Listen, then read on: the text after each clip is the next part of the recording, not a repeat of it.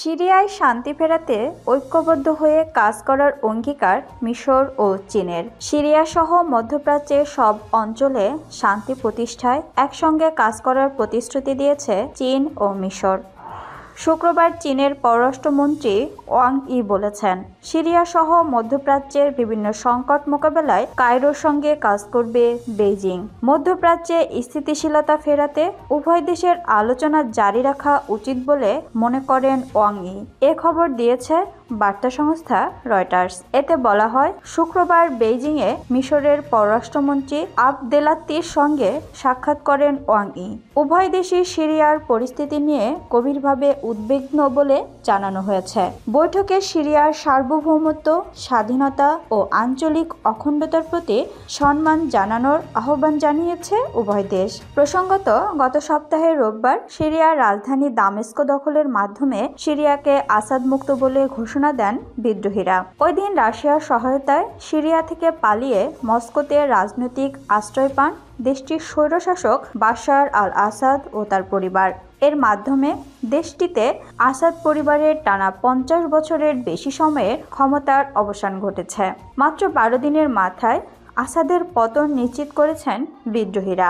ইতিমধ্যেই দেশটিতে অন্তর্বর্তী সরকারের প্রধানমন্ত্রী হয়েছেন মোহাম্মদ আল বশির। অন্যদিকে আসাদের পতনের পরপরই গোলান মালভূমির বাফার জোনে নিরাপদ অঞ্চল সৈন্য মোতায়েন করেছেন ইসরায়েলের প্রধানমন্ত্রী বেনিয়ামিন নেতানিয়াহু। এছাড়া সিরিয়ার শত শত সামরিক স্থাপনায় হামলা চালিয়ে তা পুরোপুরি বা আংশিকভাবে ধ্বংস করে দিয়েছে তেল আবিব। এছাড়া আসাদ সরকারের পতনে নেতৃত্ব দেয়া সশস্ত্র গোষ্ঠী হায়াত তাহরির আল শামকে সন্ত্রাসী গোষ্ঠী হিসাবে তালিকাভুক্ত করেছে যুক্তরাষ্ট্র। ধারণা করা হচ্ছে এই সংগঠনটি সিরিয়ার নেতৃত্ব নিতে পারে, তাই সিরিয়া নিয়ে বেশ উদ্বিগ্ন রয়েছে বলে জানিয়েছেন বিশেষজ্ঞরা। সিরিয়ার এমন পরিস্থিতিতে চীন ও মিশরের ওই বৈঠক বেশ তাৎপর্যপূর্ণ।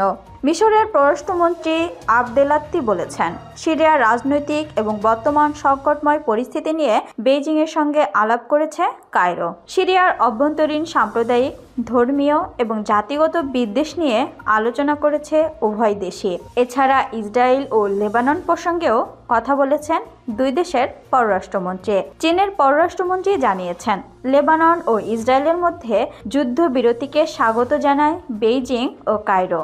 নিয়ম মেনে উভয় দেশ এই চুক্তি কার্যকর করবে বলে আশাবাদ ব্যক্ত করেছেন তারা। মধ্যপ্রাচ্যে একটি টেকসই নিরাপত্তা কাঠামোর ওপর জোর দিয়েছেন চীনের শীর্ষ ওই কূটনৈতিক। এক্ষেত্রে সৌদি আরব এবং ইরানকে সম্মিলিত প্রচেষ্টা শুরু করার আহ্বান জানিয়েছেন তিনি।